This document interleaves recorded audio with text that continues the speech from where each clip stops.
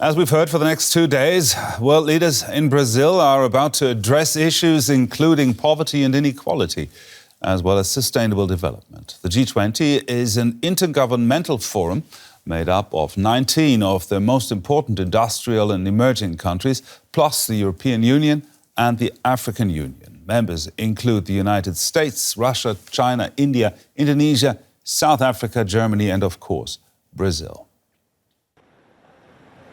Rio de Janeiro's beaches are the backdrop for 2 days of top-level talks. G20 leaders are arriving from around the world in a bid to promote sustainable development and green energy and reduce inequality. Host country Brazil has launched an alliance pledging to lift 500 million people out of poverty. But some have reservations about how much the summit can achieve. We always hope for improvement, but as years and years pass, we don't see them. The proposals come from the top, but the people don't see them.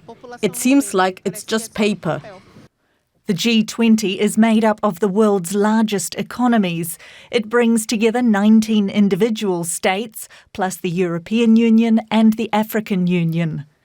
Its members represent 2/3 of the world's population, 85% of global GDP and 75% of international trade. But the bloc is sometimes seen as less effective these days, with competing interests and focus moving in varying directions. Among the leaders attending will be US President Joe Biden. His exit from the White House is likely to loom large over the event, with Donald Trump's promised America First agenda set to test international alliances. Other attendees include Indian Prime Minister Narendra Modi and China's leader Xi Jinping. But Russia's President Vladimir Putin will not be there.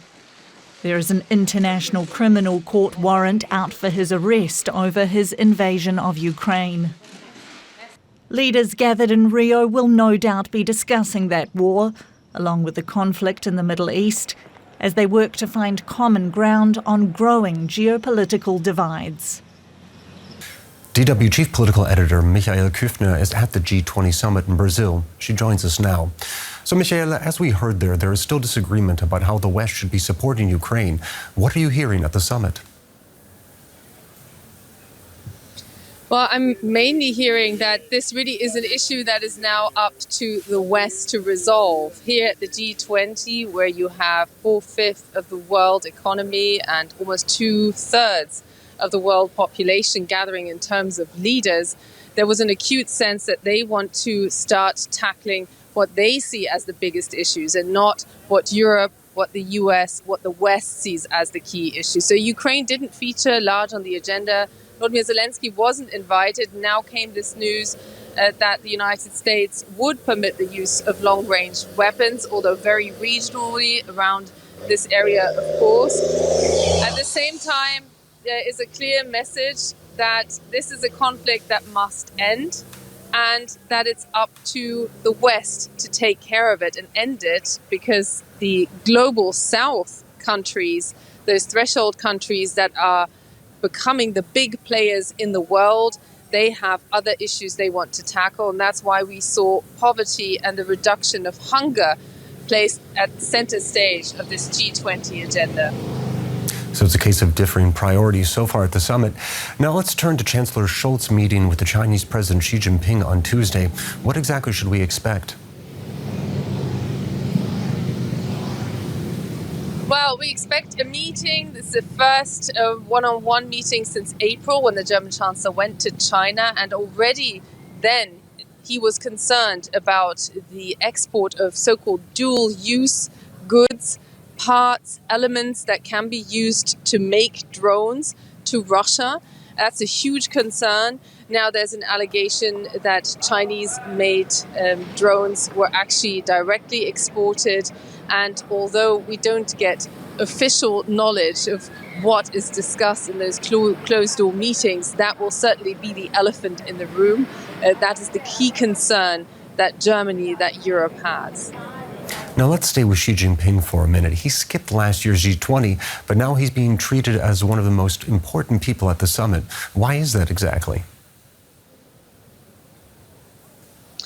Well, also, if you look around Rio de Janeiro, there were hundreds of people out with Chinese flags. Embassy staff were given the day off to make clear that China is here, that Xi Jinping is in town. There are billboards all over the place praising the cooperation between China and Brazil. And that's because China is taking very seriously the competition of giving these countries a reason to work with the Chinese, to treat China as the overarching global power that it wants to become. And in fact, there's all you need to know today is that there was the family photo of the G20.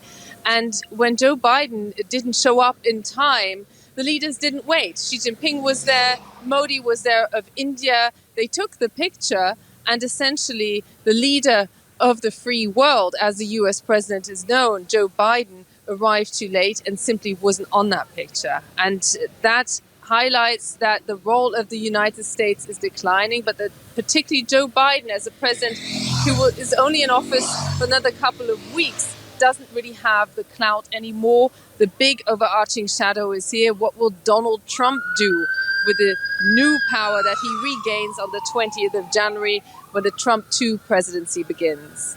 All right, I'm afraid we're going to have to leave it there. That was DW Chief Political Editor Michael Küffner. Thank you very much for your reporting.